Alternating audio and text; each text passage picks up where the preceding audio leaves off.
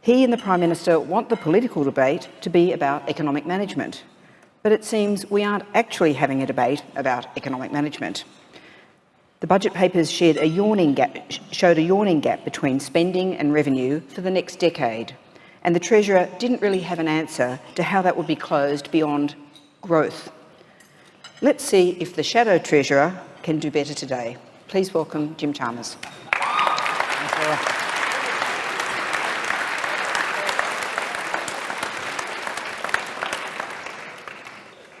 Well, thanks very much, Laura. Thanks, Morris. Thanks, the sponsors and directors of the Press Club for this opportunity to speak to the Press Club for the fourth time this parliamentary term. For the first, but hopefully not the last time, in this grand and auspicious Great Hall. Recognising that the history of this place is just a tiny speck on tens of thousands of years of the world's oldest continuous culture.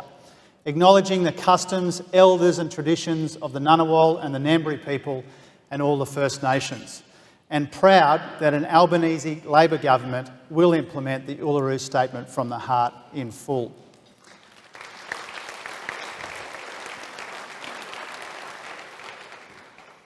Now, Anthony will be joining us shortly, and I'm grateful that he is, but also I'm especially grateful that he has given me the opportunity to work with a really outstanding group of colleagues in our economic team. And I wanted to acknowledge in particular Katie Gallagher, who's here, and also outstanding colleagues and friends like Stephen Jones and Matt Thistlethwaite and Andrew Lee, who make up our economic team. And also to work with other colleagues in the Shadow Cabinet and in the Parliament who have joined us here today. Penny Wong, Michelle Rowland, Brendan O'Connor, Christina Keneally, Raf Ciccone, Marielle Smith, Louise Pratt, Christy McBain, Sue Lyons, Daniel Molino, David Smith, Alicia Payne. Thank you so much. What a great squad for joining us today. I really appreciate it. And also great leaders, outstanding leaders in our federation, like Andrew Barr, the Treasurer of the ACT, also the Chief Minister of the ACT. And I know that you've got Mally here tomorrow as well, which is going to be a really terrific opportunity to speak to him as well. And in thanking all of my team here today as well, and my team in Logan Central at home and here in Canberra, can you just indulge me for a moment as I say how delighted I am that Barb Peeney is with us here today. Now, yeah. So Barb has worked for Labor frontbenchers for 35 years, but hasn't been to one of these for about 20 years. So I'm really pleased that Barb has joined us. On you, Barb. Now, on the face of it, the frantic last few days before an election's called might not seem an ideal time to take a step back for a moment to take stock of our economy, our country, or our future. But with so much at stake, I think it's the perfect time. Because we have learned so much about ourselves. We've learned from the mediocrity we had before the pandemic, the catastrophe we had during it, and the uncertainty that we're experiencing now. From floods and fire, a pandemic, a war in Europe, before that from the first recession in 30 years and another deep and damaging downturn just last year. From the false starts and the false dawns of this recovery, marred by policy mistakes and missteps. From a nation which rose to the occasion each time it needed to, and a government that fell back into old habits. A people who were there for each other at every single turn, and a Prime Minister who went missing, taking credit but never taking responsibility. And now, after 9 long years, 3 Treasurers and 3 Prime Ministers, the verdict is in. Average economic growth at 2.3% under this Liberal National government each year, lower than the 2.5% of the last Labor government. Average productivity growth at 1.1% a year under them versus 1.4% under us. Average wage growth, 2.1% a year under this government, but 3.6% under us. Average business investment, negative 2.8% a year compared with 5.5% under Labor. Average unemployment at 5.7% under this government versus 5.1% under its Labor predecessor. Multiplying debt and deficits as far as the eye can see. Fact after fact after fact, speaking to this one disappointing truth. This has been a wasted decade of missed opportunities, of families falling further and further behind, weighed down by skyrocketing costs of living and falling real wages. And now, not even a recovering economy or a recovering budget or high commodity prices, an unemployment rate falling in welcome ways, not even the skills shortages that come along with that, have brought decent wages growth. And shouting louder and louder at Australians about how great they've got it and how grateful they should be doesn't actually make it true. So if the looming election meant that the budget couldn't be an act of contrition, it should have at least been an act of recognition. Not just recognition of today's pressures, but recognition that those pressures existed well before the pandemic. An act of understanding that we can't have a better future if we double down and double back on the failed policies of the recent past.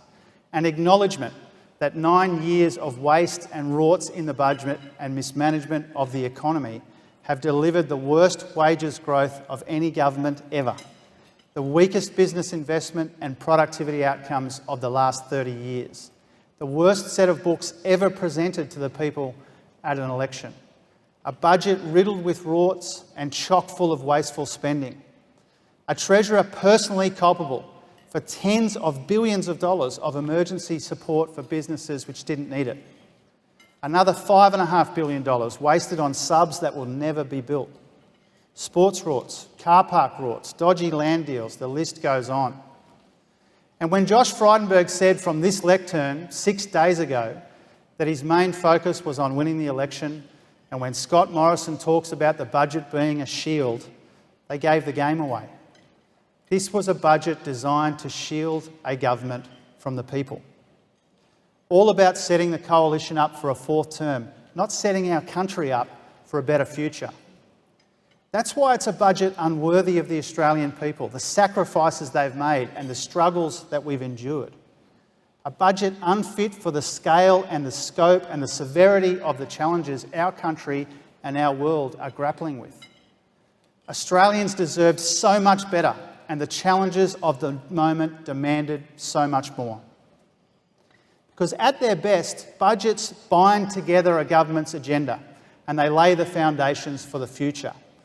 They should be the how in the story, the clear and compelling proof of how a party's promises and plans will matter for real people. A budget should embrace the big task of finding a place for everyone in the unfolding story of national economic success. Think of it this way. This huge tapestry over here that Arthur Boyd produced for this room is not a traditional landscape. It's a close-up of bushland. And apparently the impression that he wanted to leave was of a story in the middle of its telling. A story of vivid detail, clear and creative direction, but a destination not ever finally reached. No rest, no end. And governing is a bit like that as well. We should always be in the middle of the story, by which I mean we should be prepared to embark on new initiatives, knowing we may not be around to take credit for their success. That's the weight of responsibility and the generational perspective that a budget should carry. And that's the approach I want to take as Treasurer. Instead, last week we got a document that gloried in its shallowness and wallowed in its triviality. Deliberately, overtly, insultingly conceived as a prop for the election. And celebrated by the Liberals and Nationals not for what it would do for the country, but just for giving them something to say in their ads. Last week's budget showed exactly what sort of campaign Scott Morrison and Josh Frydenberg will run. Glib, incoherent, in denial of reality, and completely silent on the future. No ambition beyond their own survival. No vision beyond election night. And we have to expect more than that from government. If last week had seen a Labor budget handed down, it would have offered hope and support and resources to communities cleaning up floodwaters and rebuilding after bushfires. It would have delivered a plan for cheaper childcare and stronger wages growth, easing families off that punishing treadmill of rising prices and flatlining pay. It would have invested in Australian skills and small businesses and local supply chains to grow our self-reliance and our resilience and make our future here in Australia.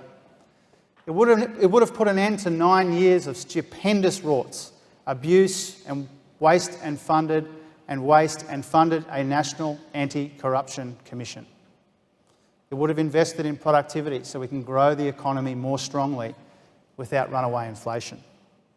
And as Anthony made clear, in a way that we're all incredibly proud of, a Labor budget and a Labor government would fix the crisis in aged care.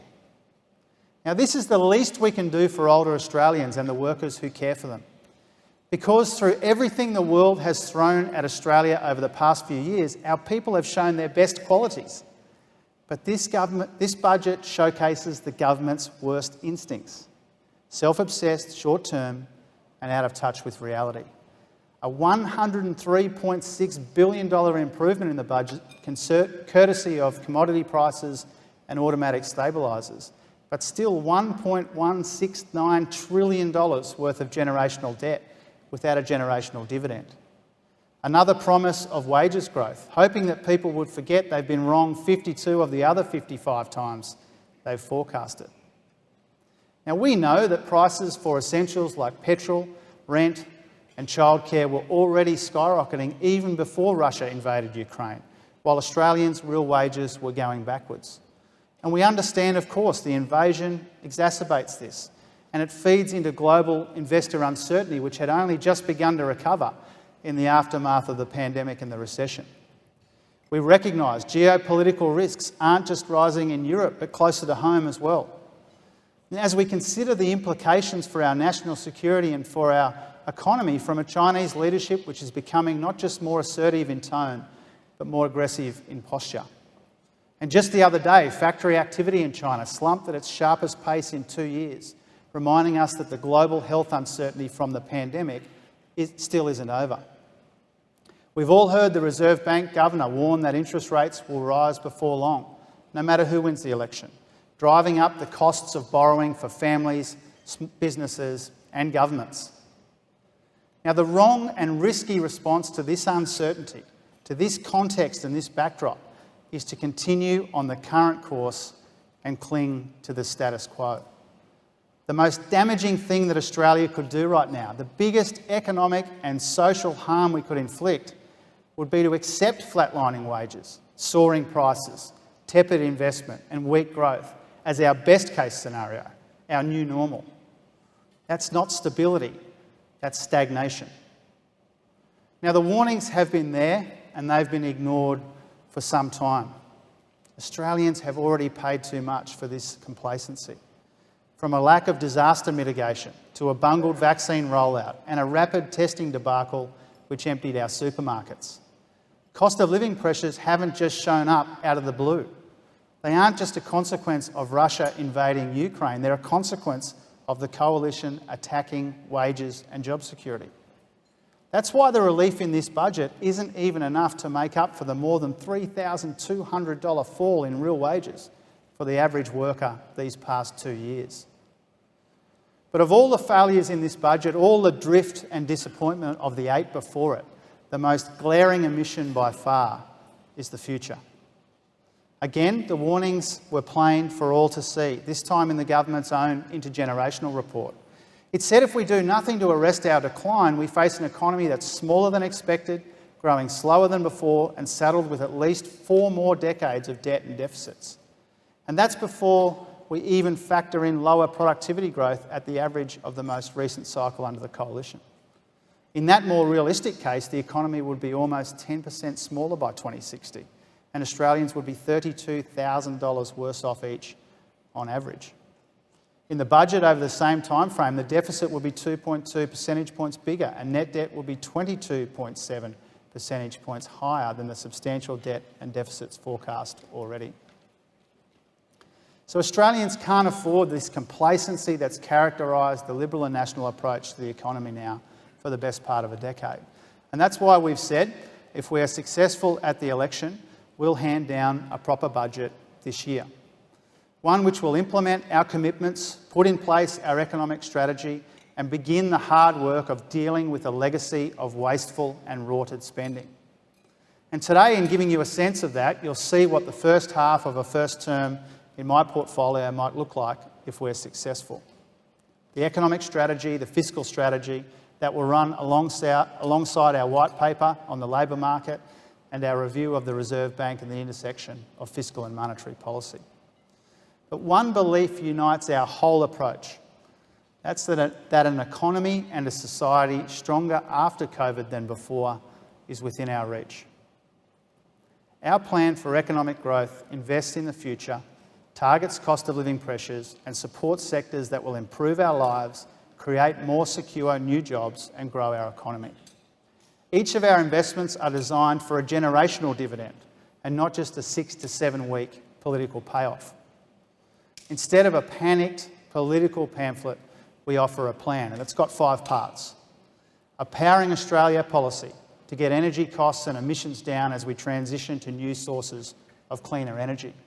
Hundreds of thousands of fee-free TAFE places to address the skills shortages acting as a handbrake on our economy. Cheaper, more accessible childcare to build a bigger workforce, able to work more and earn more if people choose to. More modern infrastructure, including key investments in upgrading the NBN and the digital economy. And a future made in Australia, made possible by smart co-investments in crucial sectors like manufacturing and the care economy, and boosting the resilience of small business. Now, this 5-point plan will lift the productive capacity of the economy and lift the speed limits on growth without adding unnecessarily to inflationary pressures. It will help create the more secure work and the stronger wages growth that we need by training people for higher wage opportunities, making it easier for mums and dads to go back to work, and by ensuring we're dealing with issues around labour hire, the gig economy and casualisation, which have undermined wages now for too long. So much of what we propose will deliver more than one benefit to our economy, to its workers, families and employers as well. For example, investing in cleaner and cheaper energy will cut emissions, but it will also cut power bills by $275 a year by 2025, unlock $76 billion of investment and create over 600,000 jobs, most of these in the regions. Fee-free TAFE and more university places will equip Australians with critical skills, and that'll go some way to addressing those crippling shortages which are holding so many Australian businesses back. The TAFEs and universities add billions to the economy each year, but they also help Australians take advantage of the best opportunities. For example, Deloitte has recently found average digital skills are attracting a wage premium of around 9%, equivalent to an extra $7,700 per worker every year. Upgrading the NBN could help us capture a digital opportunity which Alpha Beta has estimated could be worth $207 billion in GDP per year by 2030 if Australia caught up to global leaders. But it will also make it easier for Australians to decide how they work and where they work from in the post-pandemic economy. A future made in Australia with procurement and co-investment plans will create new jobs and revitalise our regions with new industries and more opportunities in more parts of Australia. But it will also help shore up our supply chains and make them more resilient. Cheaper childcare will boost GDP from higher participation by at least 3 times as much as the government's alternative. But it's also great for kids. It helps alleviate cost pressures on working parents. And our aged care policy is all about doing the right thing for older Australians and those who care for them. But again, there's an economic dividend that flows from investment in such a big part of the care economy. Last year, after the steady growth of the past decade, the health and social assistance sector made the second biggest contribution to GDP of any industry. 10 years ago, it wasn't even in the top 5.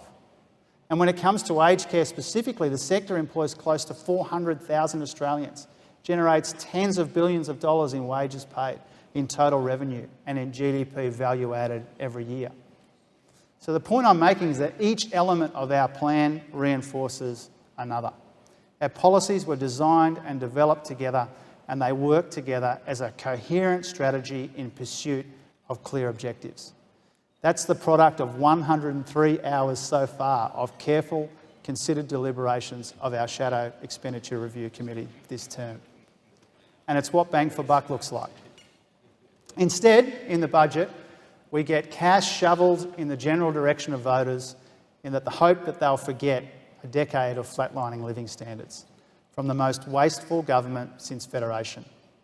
And to paraphrase another Queenslander, I say this to Scott Morrison and Josh Frydenberg. This reckless rorting and wasteful spending must stop. If it's not the time to flick the switch to austerity, it is the time to flick a switch to quality, to smart investments in our future. Because the best way to repair the budget is to get the economy growing in a broader, more sustainable, more inclusive way. Now, contrast the bleak picture from the intergenerational report with the opportunities before us if we choose the right path. PwC has estimated with growth just 0.5% higher per year than what is currently projected, the structural deficit will close and would reach zero net debt 15 years earlier than currently anticipated. And that's why we want to be judged on the quality of our spending to the extent that it delivers the right kind of growth. We will be investing where it counts to create more opportunities, unlock business investment and drive productivity. This has never been more important than right now, where we know that our economic pressures lie on the supply side. That's why the quality of spending matters as much as the quantity. We are acutely aware of rate hike risks and what this means for household and federal budgets. The Commonwealth Bank's latest forecasts are that a cash rate of around 2.5%, in line with market pricing, will push mortgage payments as a share of household disposable income to a record high. This reflects the worsening housing affordability under the Liberals and the record household debt to income ratio, which has increased by 20 percentage points after remaining stable during Labor's last term. We know that rising mortgages are bound to impact the recovery and the comfort of households in deploying that $250 billion worth of savings on their balance sheets. So we take these risks seriously. But when you take two of our largest budget commitments so far in childcare and aged care, together they make up only 1/5 of the government's new spending decisions that they unveiled in their latest budget. To put that into context, by 2025-26, our biggest commitments will make up only 0.3% of GDP spread over the next 4 years. In comparison, the government's decisions in this year alone are larger at 0.4% of GDP and represent around 1.5% of GDP over the forward estimates. So we maintain that our approach is necessary and responsible and right for the economic conditions. And so is our fiscal strategy. Grow the economy the right way, focus on quality and bang for buck, end the rorts and waste, and work with other countries to make sure that multinationals pay their fair share of tax in Australia where they make their profits. And when it comes to value for money, it's hard to think of a better investment than in aged care. And for those of you who've been tempted to write of the blurred differences between the major parties, I offer you this as an example of one of the defining distinctions between the big parties. It's been disappointing but not really surprising to see the lengths this government will go to deny people decent care, decent food and decent wages. Now, I know they think they're on a winner when they talk about the price that we are willing to pay for tangible improvements in the lives of older Australians and the working lives of those who care for them. But obviously, firstly, our plan is fully costed. But secondly, do they actually hear themselves when they ask these questions? When they say that $2.5 billion is too high a price to pay to spare older Australians from neglect and abuse and starvation? And even if somehow you could put that moral calculation aside, every time we're asked how we'll pay for important investments in our economy, such as childcare or aged care, remember this: the government just spent $39 billion in a budget without offsetting it. They talk about temporary spending, but they've opened up a structural deficit that will see something like 0.7% of GDP in 2032-33. They committed to $70 billion in spending between the December mid-year budget update and the March budget alone in 3 months.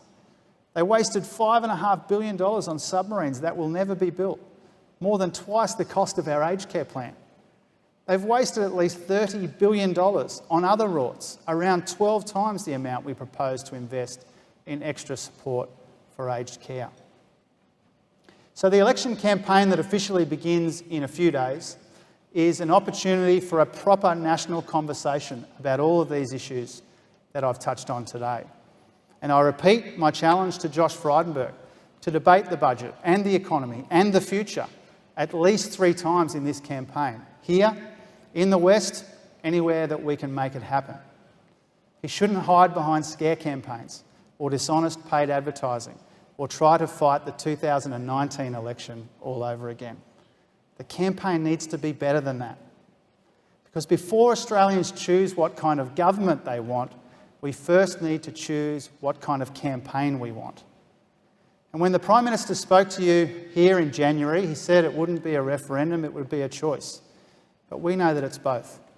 A referendum on the past 10 years, which sifts through the rubble of the government's economic credibility and the shards of the Prime Minister's glass jaw. And a choice to be made about the next 10 years. The campaign to frame that decision can be a battle of one-liners, or it can be a contest of substance. It can be spin and marketing, or it can be real talk about what's confronting this country and what's at stake. Now, most of us in this room have roles to play in that. But in the end, what we say, how or whether you cover it, what you write or produce, is only one part of the big, shifting, sprawling conversation that every election represents. At a national and a local level, for communities and for individuals, a whole host of complexities will decide who Australians choose to govern them. And we know that whoever wins government on the 14th or the 21st of May, that when Australians wake up on the morning of the 15th or the 22nd, real wages will be going backwards. Businesses will be short of staff, industries short of skills. Childcare fees and healthcare costs will be too high for too many people. There will be conflict and tension in the world, far away and closer to home. Our country will occupy a precarious place in global supply chains. There'll be $1 trillion in debt and not enough to show for it. Petrol prices and interest rates will be about to rise again no matter who wins.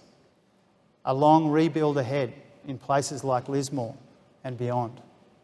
But what I also know is that if people wake up with a new Labor government, then for the first time in 9 years, there'll be a Prime Minister, a Treasurer, a Cabinet and a government with a determination and resolve and a sense of responsibility to actually start dealing with these challenges. And there will be a government that has the plans for a better future, for a stronger, more resilient, more inclusive, more sustainable economy that creates opportunities and puts those opportunities within the reach of more people. Because we want to run this country, its economy, in the interests of its people. A people who are like Arthur Boyd's tapestry in the middle of our story. The election will be tough and it will be close. And the path beyond that is challenging too. So we're not here to muck around or muddle through. A better future depends on it. Thanks very much, and I look forward to your questions.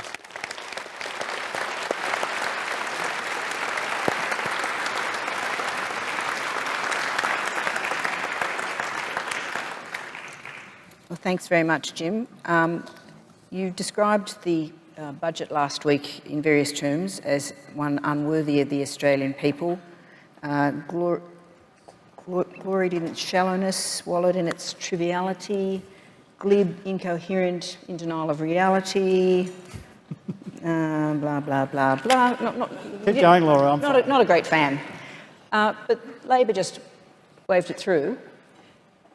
The big question, as you say, is what happens next? And no, it wasn't. And you say it's not a budget for the future. The budget is forecasting a big gap between spending and revenue for 10 years now.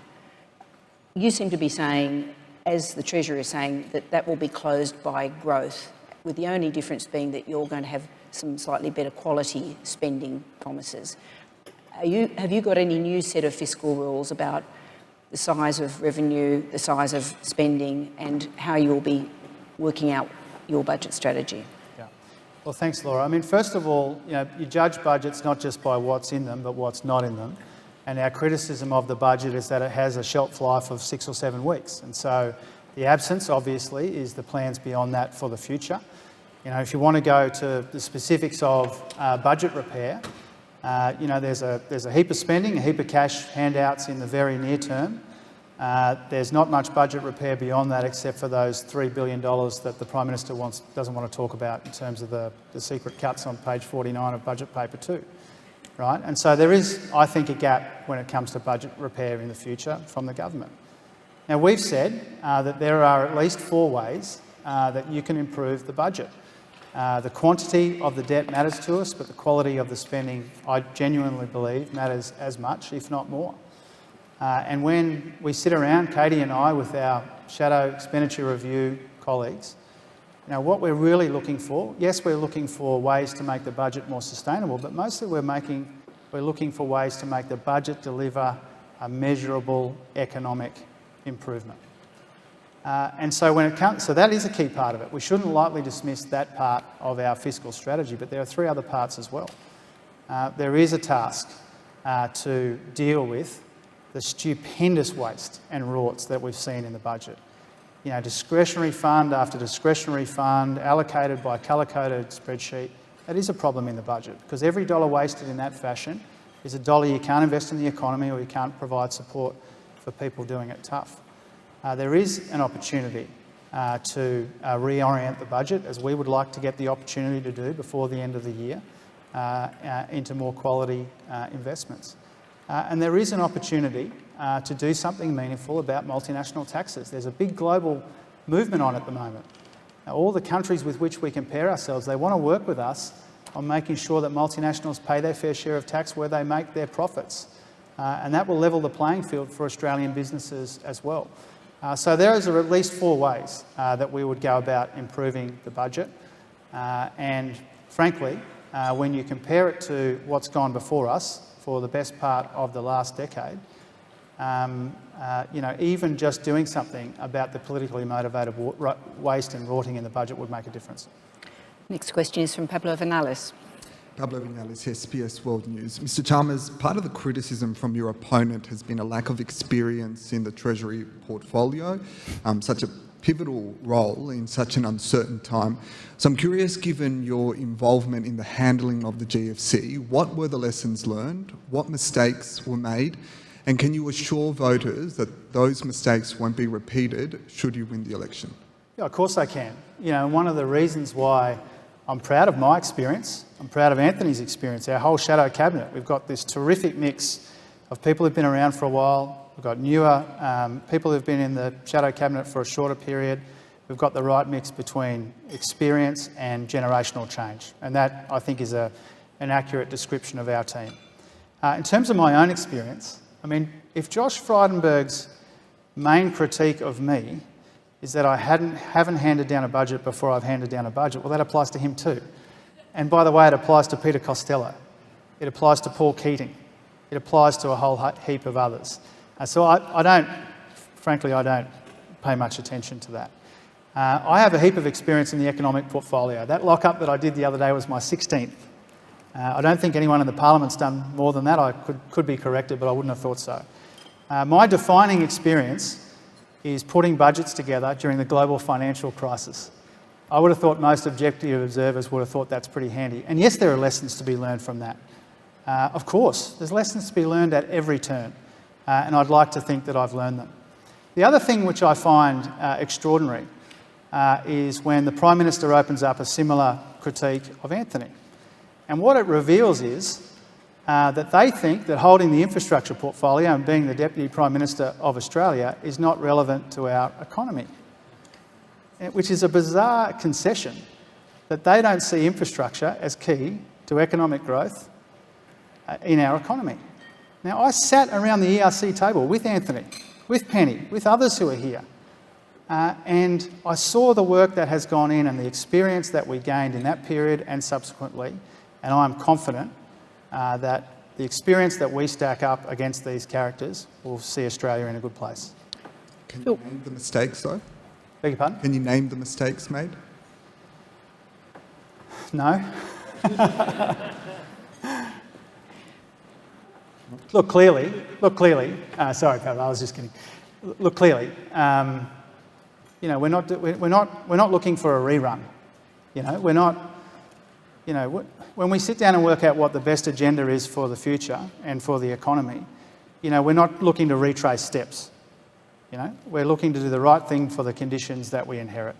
And inevitably, when you do that, you learn from all of your past experiences, good and bad. Phil Curry. Thanks, Laura. Dr. Chalmers, I want to go back to Laura's question, because in terms of fiscal rules, we're 5 minutes to an election and all we know from the Labor Party on its economic plans is we're going to get bang for our buck.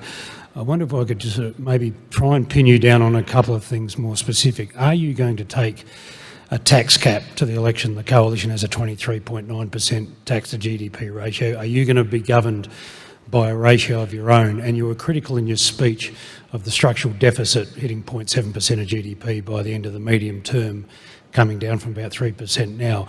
Are you going to try and do better? Are you going to aim for a surplus by the end of the medium term? Can you give us any guidelines as to what's going to be governing your fiscal strategy between now and the election and not after the election?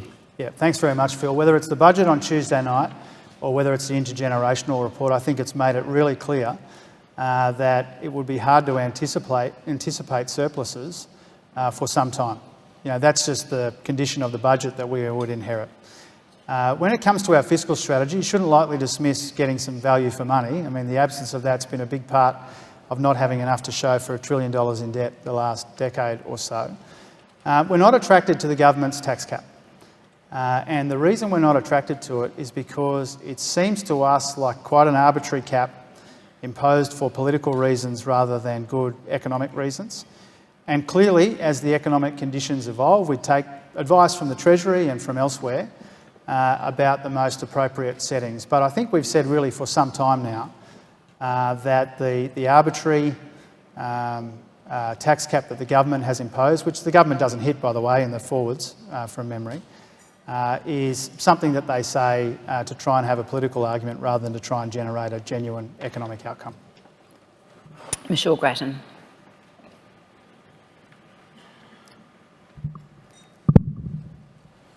Michelle Grattan from The Conversation. Dr. Chalmers, the Reserve Bank faces a character-forming few months ahead, whichever side of politics wins the election, making judgments about interest rates and also an inquiry which is supported by you and by the government. Could you say why this inquiry is necessary, given some experts think it is not? And would you invite the Governor of the Reserve Bank to have another term when his term expires next year? And if I can add a third prong, but one question, do you think that the next Governor of the Reserve Bank, whenever that comes, should be a woman? Yeah, thanks very much, Michelle. I'm not going to foreshadow a decision on the Governor of the Reserve Bank. I made my views very clear on the Deputy Governor, that there was an opportunity to promote a woman into more senior ranks of the bank, and I'm pleased, frankly, that happened.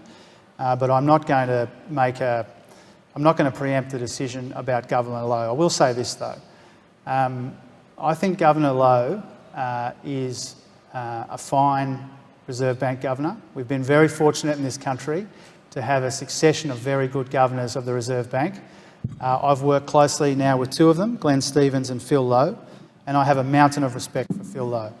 And he knows, and I think you know, that our plan to have a review of the Reserve Bank is not designed as some kind of anti-bank or anti-Phil interrogation. It's going to be, if we get the chance, a genuine opportunity to work out, okay, since we had the last review of the Reserve Bank, we've had normal times, we've had two sets of difficult times, we've had extraordinary monetary policy, and we've had this big question which never seems to be sufficiently answered in a thoughtful, considered way about the interaction of fiscal and monetary policy. And so I see the review that way. And I would like to work closely with the Governor of the Reserve Bank and others who have an interest in this to make sure that we get it right. And that's why I want to have that review. Jen Beglati. Jem Beshwadi from 7 News. You've committed to handing down a budget later this year if you win government. You've also acknowledged that the cost of living crisis will continue for many months. So I ask you, if things do stay bad or get worse, will you commit to provide immediate cost of living relief in your budget, which includes cash handouts? Yeah, thanks, Jen. Look, we'll play the cards we're dealt. We've said that it's hard to imagine a world where the cash handouts in the current budget continue indefinitely. You know, that's just being upfront about the pressures in the budget. You know, I've been asked probably 20 or 30 times in 6 days about, you know, what we might do with petrol excise, what we might do with some of these other bits of support for people. And I'm just trying to be upfront and say it won't continue forever. Having said that, you know, clearly, if we're putting a budget together, whenever it might be, on the advice of Treasury, clearly we'll play the cards that we're dealt. And if there's a need for more support, clearly we would look at that. But our starting point is that the support that passed through this Parliament in the middle of last week is temporary. If there are other measures we need to look at, we will. But I'll also say this, even before last week's budget, you know, before Russia, Ukraine, and the government was pretending that everything was fine, even though real wages were falling and people were facing skyrocketing cost of living, we already had cost of living policies out there. You know, our biggest on-budget commitment in our alternative budget at the moment is childcare, getting childcare costs down, making a big difference to cost of living for working families. We've got an energy policy which is all about bringing power bills down. We've got a policy about getting real wages growing again. So I think even if the current support runs out, if and when it runs out, we have enduring ways to support working families through tough times. Can I just confirm, sorry, so if you need to extend the reduction to the fuel excise, you will? Look, our starting point is that it ends. If there is an incredibly compelling reason to leave it in, we would consider that. But to be upfront with Australians, no matter who wins government in May, it is likely that petrol price relief will end. Rachel Baxter. Thanks so much. Rachel Baxter from Channel 9. So the aged care reform has obviously been the grand centrepiece of last week's budget reply, but Mark Dreyfus has admitted that there may not be enough trained nurses to implement the plan and have a registered nurse on duty 24/7 in every aged care facility. You're the Treasurer. Have you calculated how many nurses will be needed, how much this will cost, and how long it will take? Yeah, thank you for that. Look, we do need more nurses. And one of the reasons why we've got a big, substantial training policy and a big, substantial universities policy is because where there are areas of substantial skills shortages, we need to deal with that. And that's one reason why one of our biggest emphases, our biggest commitments, has been around skills training. So I think that's self-evident. We will need to train more people. Our policy does not come in the day after the election. There's a little bit of time to ramp up to it. But our intention is to train more nurses and to fill this gap. How many more though, sorry? And you said in your speech as well that the plan is fully costed. How much will it cost for these nurses? Well, our plan is $2.5 billion. We've costed that. We've put the policy out there and the costing out there. We'll need tens of thousands of nurses. That's pretty clear. When you want to put more nurses into aged care, you need to train them for that task, and that's what we intend to do. Sarah Martin. Hello, Sarah Martin from The Guardian. Just back to questions that both Laura and Phil have tried to ask you about in terms of fiscal consolidation. You've been very critical of the budget for being chock full of wasteful spending.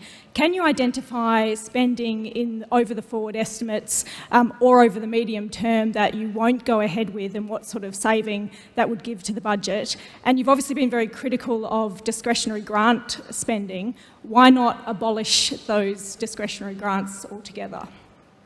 Yeah, thanks, Sarah. I'll take them in reverse order. Your last question. We think that there is an opportunity to trim some of the discretionary funds, but it's difficult from opposition without full visibility. One of the reasons we have estimates and other opportunities is because there's not a lot of visibility on what the government has committed to those funds. or where some of that money is going to. So that is a process that we intend to engage in. On the other issue about an example of spending that the government does that we wouldn't do, I think there's a really clear example. You know, the government, because they had for so long this arbitrary staffing cap on the public service, meant that so many billions of dollars were being spent on labour hire and contractors and consultants in areas traditionally performed by the APS.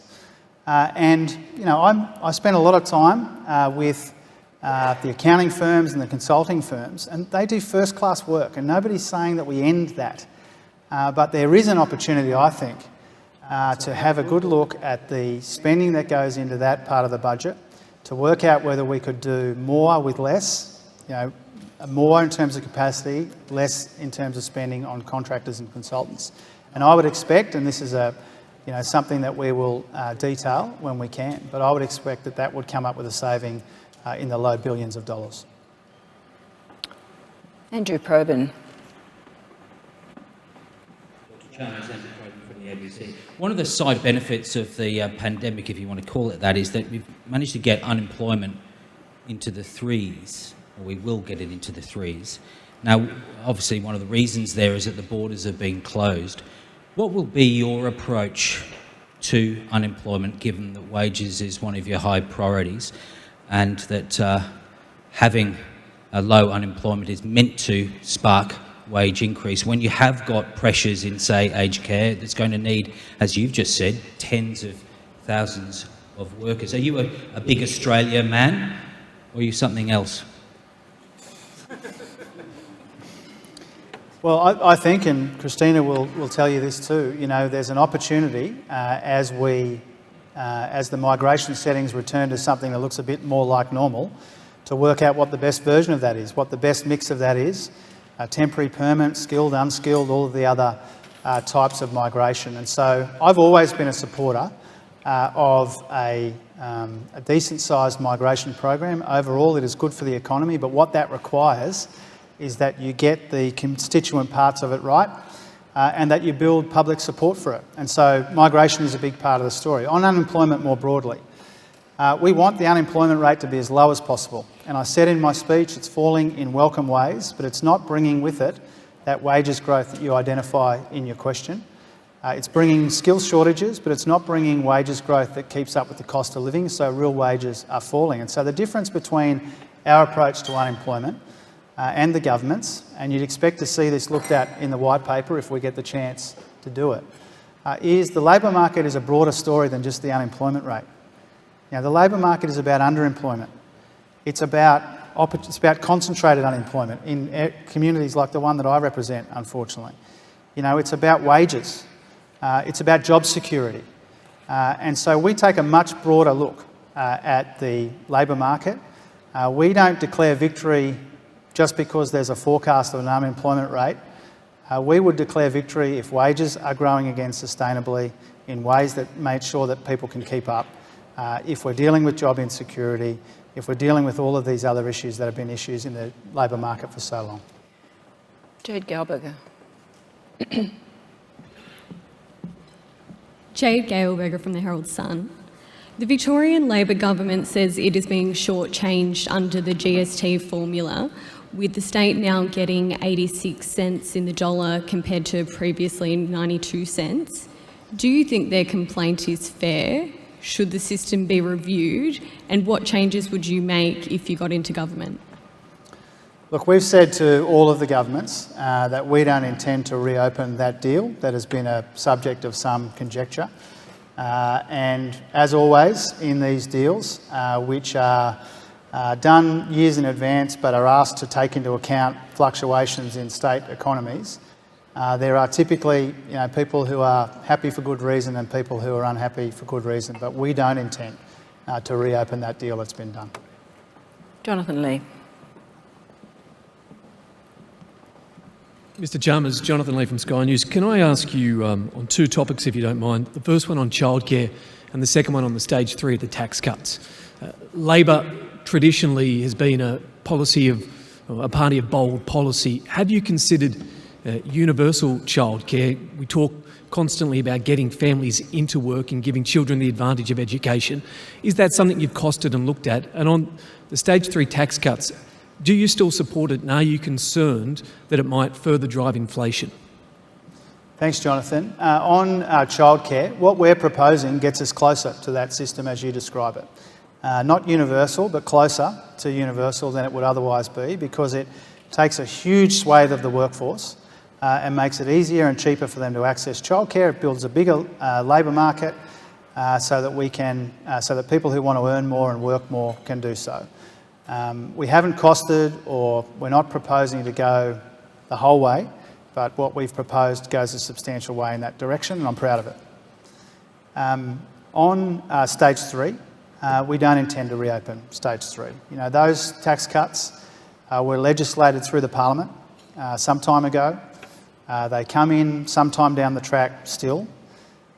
Most of the issues that we identify in the economy which are causing these inflationary pressures are on the supply side rather than on the demand side, and that's why we want to lift the speed limit on the economy, training and childcare and energy and all these other issues that I've identified. Thank you. Patrick Commons. Patrick Commons from the Australian newspaper. Your argument that it's about the quality and not the quantity of the spending. Essentially, is that saying that higher spending, if done right, pays for itself through the economic dividend that it creates? Or do you accept that COVID's legacy of record debt and deficits means that every budget for the foreseeable future has to be about spending restraint and budget repair? I think there should always be in every budget an element of budget restraint. You know, Pablo asked before about experience that we've had in the past, even in some of those budgets during the global financial crisis that had an element of stimulus, they had an element of trimming elsewhere. And I see that. I get asked a lot, you know, this first budget that you're talking about, you know, will Katie and you sit down and go through spending line by line? And my answer to that is we'll do that every budget. And even if the circumstances warrant an expansionary budget at some point, that doesn't mean that you can't look for better ways to spend money within the existing budget. It's not a free-for-all, and it won't ever be a free-for-all under us. So that task will be important, it will be ongoing. There will be opportunities for us to improve the quality of the spending, whether the budget is expansionary or not. Shane Wright. Dr. Chalmers, Shane Wright from the SMH and the Age. Your planned review of the RBA and the intersection with fiscal and monetary policy, would that canvass the bank's charter, the inflation target itself, and, as we have in some other countries, a target around beyond the size of which a budget deficit may not run, given that you've opened it to fiscal and monetary policy intersection? Yeah. Thanks, Shane, and thanks for all your interesting work on this too for some time. I've tried not to preempt the terms of reference for the review, partly because you know, I'd like to sit down with Treasury Secretary, Governor of the Reserve Bank and others and do that properly. But you can imagine at least a couple of those issues you've raised, if not the last one, that would be a factor. Obviously, you know, crucial, central to the Reserve Bank's work is the inflation target, obviously. But there are other aspects of it as well. I'd like to take a pretty broad look, but a constructive look, consulting with Treasury and the bank to make sure that we get those terms of reference right. And so you shouldn't expect you know, detailed terms from us this side of the election before that consultation can appropriately take place. Jared Coburn. Thank you for taking my question, Dr. Chalmers. Jared Coburn from the Canberra Times. Just to bring your mind to the floods, you're a Queenslander. You've probably experienced flooding more compared to what I have in Canberra. How much concern do you have about the supply constraints given in the rebuilding process, given there are material shortages globally? Yeah. Are there going to be people in Queensland and northern New South Wales who won't be able to rebuild this year? Yeah, I think this is a huge challenge. It doesn't get enough of our attention. You know, even before the floods, you've got difficulty finding tradespeople and you've got very expensive building materials. This was part of the inflation story before the floods, before Russia-Ukraine, before the most recent set of uncertain conditions. And so I think it is realistic to expect that some of the people in my neighbourhood in northern New South Wales, in southeast Queensland and elsewhere, Central Coast where Anthony was on the weekend, people will be waiting longer than they would like to rebuild their homes and their lives. And that, unfortunately, is a consequence of not training enough people and not dealing with some of these controllable aspects of the inflationary pressures in our economy. So does government then need to do more to procure supplies for this rebuild? Yeah, I think there's a role for government in emergencies. You know, you think about AdBlue in the trucking industry, for example, there's a role for government clearly there. The capacity to bring the country literally to a standstill means that there's a role in emergencies. But there is a limited pool of skills and there's a limited pool of easily accessible building supplies. And I think that's going to be a big problem in this rebuild. You know, in all of the consultations you have with these communities, and we've all been trying to do as much of that as we can, and for me it's not that hard because my community's been impacted. You know, people are having the insurance assessors in and all the rest of it now, and their expectations need to be managed about how long this is going to take and how much it's going to cost. Now, more broadly, because I see the Prime Minister asked about this in relation to the Perrottet government support package and the Morrison government not coming to the table. You know, what this situation requires is a government that's prepared to work with state governments and local councils on some of these really important issues. You know, people have been there for each other during these floods and they need the federal government there for them as well. There's been limited evidence of that, in my view. And so we need the three levels of government working together. If there is a meaningful difference we can make when it comes to the rebuild, then we should be making it together. No matter what the political persuasion, no matter what federal electorate you live in or what side of the New South Wales-Queensland border, all of that should be irrelevant in the sense that this is going to be a huge challenge in the rebuild and we need a Prime Minister and a federal government willing to work with others to get the job done. We don't have that right now. Lani Scar. Lani Scar from the West Australian. Thank you for your speech, Dr. Chalmers. You spoke about your quest to crack down on multinationals and the tax share that they pay. Is this just a continuation of Labor's theme during the last election campaign to be against the big end of town? And multinational companies obviously employ Australians. Are you concerned if you crack down on them and make them pay more tax, there may not be the jobs there for the Australians who are employed by them? Yeah, I don't see it in any way as a rerun of some of that language that we haven't used for some time. And I think every time I've been here, this is the fourth time this term, I think every time I've been asked a version of that question.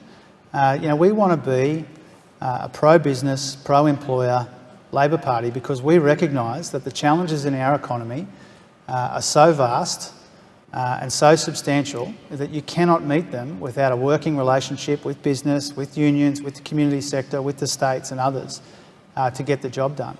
But there is a global movement here, and I pay tribute to President Biden and Secretary Yellen, the OECD under Matthias Cormann and others who say that we've got a challenge here. The playing field is not level. That disadvantages local businesses and it disadvantages local communities. And so we think that there is something measured and responsible that can be done here to fix this situation, to make it fairer. And that's not to diminish or dismiss the substantial amount of people who are employed here. And I've done heaps of boardroom conversations as you'd expect from me the last 3 years and before that too. And I think people understand, even the big employers, especially in some cases the big employers, they understand that if there is a global move afoot, Australia should be part of it. David Crowe. Thank you, Laura. Thanks, Dr. Chalmers. David Crowe from The Age of Melbourne and from the Sydney Morning Herald. You mentioned in your speech multinational tax. We know that that's one area where you intend to raise some revenue. Just a couple on that. The government in last week's budget did have a revenue-raising measure by tightening some of the rules on multinational tax. They gave some money to the tax office to do that. Are you intending to raise more than the government revealed last week, or have they stolen your thunder on multinational tax? And just an addendum to that question, is there any other revenue-raising measure beyond multinational tax that you still have on your policy books? Yep, thanks, David. Our measures on multinational tax will be beyond what the government proposed in the budget. what the government proposed in the budget was a compliance measure with the tax office, as you rightly identify, and that's something that governments of both political persuasions have done at different times. I don't think that's hotly contested. Our measures on multinational tax would go beyond that. In terms of other tax measures, I think we've all made it clear, especially in the last couple of days, that we're not going to this election with other proposals on tax beyond multinationals. We've said there might be a conversation with states after the election, but we're going to this election with a proposal on multinationals and nothing beyond that. Now, the issue of the revenue measures that you identify in the budget raises another important point, though, which I wanted to touch on briefly. Now, Prime Minister Morrison stood up after the budget was released last week and said that there are no revenue increases, no tax increases, no tax measures in the budget, and there never will be. There's $2.1 billion in tax increases in the budget, right? His own budget, Treasurer's budget, $2.1 billion in budget paper 2 in new taxes and increases in taxes. And so he's lying again about tax. And the other issue is this, and I don't think anyone's ever counted them up, but we counted them up. We think there's about 150 tax changes made by this government over 9 years that weren't taken to an election, right? 150, right? Tax and revenue and charges, right? 150. About 100 of them are increases to revenue that weren't taken to an election. So let's have a proper, if the Prime Minister wants to have this campaign about taxes, let's be honest about it. There are tax increases in the government's budget, and they've raised taxes, I think, by our count, about 100 times without taking it to an election. Dr. Chalmers, we're planning to go till about 1:40, if you're happy to keep taking some more questions. Sure. 1:40 today, yeah? Ben Westcott. Thank you, Shadow Treasurer. Ben Westcott from Bloomberg News. You mentioned in your speech factory outputs from China as an example of Australia's vulnerability to global economic uncertainty. Now, there's no doubt that Australia is very dependent on China for its prosperity. In recent years, Australia's faced huge pressure from China in the form of obstacles to Australian exports, wine, meat, coal, things like that. Now, Josh Frydenberg and the government have talked a lot about trade diversification, ramping down Australia's dependence on China. Would that be something that would be continued under a Labor government, and if so, how? Yeah, of course. I mean, I think that's a very important objective, that we have diverse markets, that our big employers and big exporters are able to access as many advantageous markets as they can. I think that's self-evident, that's bipartisan in lots of ways. And clearly, as you identify in your question, China has been far more aggressive when it comes to the way it treats our exports, and that has been challenging for us. The issue for us, and we don't seek to make artificial differences between ourselves and the government on the management of that complex relationship, but some of these issues have been a long time in the making. Ideally, we would have had businesses and employers and exporters able to access other markets before things got so dire. James Riley. Dr. Chalmers, James Riley from Innovation Oz. Thanks for your address. My question relates to procurement reform and building sovereign domestic capability. I wondered if you could fill in some more detail on this Made in Australia office that Anthony Albanese's talked about, and how the process would work by which you would identify specific areas of sovereign need or sovereign capability need. Yeah. And I'd also draw your attention, I guess, to the $9 billion a year we spend, or the government spends, on IT, on information technology, and how that process that you put in place might be applied to that. Yeah. Yep, thanks for that. Obviously, on that massive spend on IT, we want to make sure we're getting value for money for it. There's not much to say beyond that at this point. On the Future Made in Australia policy, it's got a number of parts. Local procurement plans are a big part of the story, making sure that our local businesses get a bigger slice of the action when it comes to government procurement, the way that panels work and some of the other issues that you'd be familiar with. But also a role for co-investment in industries which will be big job creators and big opportunity creators for us for a long time. We've got this National Reconstruction Fund, which is all about co-investing in areas where we know that there will be a big opportunity, but where there may need to be some co-investment at the front end to make it work. You think about the manufacturing of batteries is obviously a big opportunity for Australia given our resources mix and our skills mix and the potential there. You think about hydrogen, some of the other issues in energy. So there's a number of planks to it, but a future made in Australia for us means getting procurement right specifically and getting the co-investment right so that we are not so vulnerable when it comes to these big, long, complex supply chains, the weakness of which has been exposed by the pandemic. John Keogh. Thanks, Mr. Chalmers. John Keogh from the Australian Financial Review. Good to hear, like it sounds you and Kevin Rudd have buried the hatchet now that you're citing his speeches in your pre-election pitch. Could I just ask you, though, about the RBA review? Could you just elaborate why it maybe needs to include the interaction with fiscal policy? Related to that, do you think the productivity growth assumptions in the budget really need a revisit? Because, as you've pointed out, if we use a more realistic measurement, the debt and deficit is higher. And with the review, should it be conducted by an outsider who's independent of Treasury and the RBA, or something more akin to the Canadian model that Dr. Lowe has spoken about, where Treasury and the central bank do it together? Yeah, I am worried about those productivity forecasts. I think for a long time now the government's underperformed against them. And there's an assumption that all of a sudden, magically, with exactly the same policy mix, that our productivity improvement is going to markedly improve. And the intergenerational report is based on, I think, a rosier view of productivity than the current policy settings are geared to deliver. So to be frank about it, I am worried about those productivity forecasts. Productivity growth has been disappointing for the best part of a decade, and we need to turn that around. On the RBA review, again, a bit like the answer to Shane's question, I'm reluctant to kind of indicate what kind of model the review might be without having, more than a preliminary discussion with the bank itself and with Treasury. But I would have thought all of those models should be considered as part of the conversation. My sense of the Reserve Bank, and I'm a supporter of the Reserve Bank, it has had difficult decisions to make, as others have pointed out.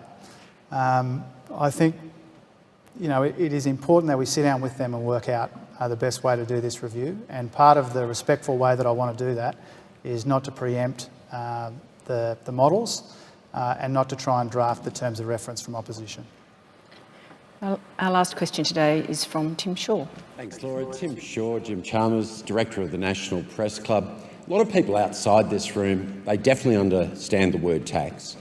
They learned a lot about the word excise last week, and they understand the Medicare levy. And your leaders talked about Medicare, aged care, and also childcare. Can you rule out in your first and second term as a Labor Treasurer any new excises, any new levies? And just finally, for the beer-drinking women and men of Australia, can you announce today the 50% cut in the beer excise? Your leader's here, ask him now. Well, the answer to the last one is no. Sorry to the beer drinkers of Australia. And women. On the other question, it's the same answer as before. We don't have any, we're not proposing any tax changes beyond multinationals and potentially a conversation with the states. There are lots of different ways to ask that question, but our priority when it comes to repairing the budget, emphasis on quality, maybe multinationals, dealing with rorts and waste, those are our priorities, and our priority is growing the economy the right way. There are a whole bunch of ideas that get put to us and discussed, naturally, appropriately in the public domain, but we're not coming at some of those changes that you've just suggested. Thank you. Ladies and gentlemen, please thank Dr. Chalmers.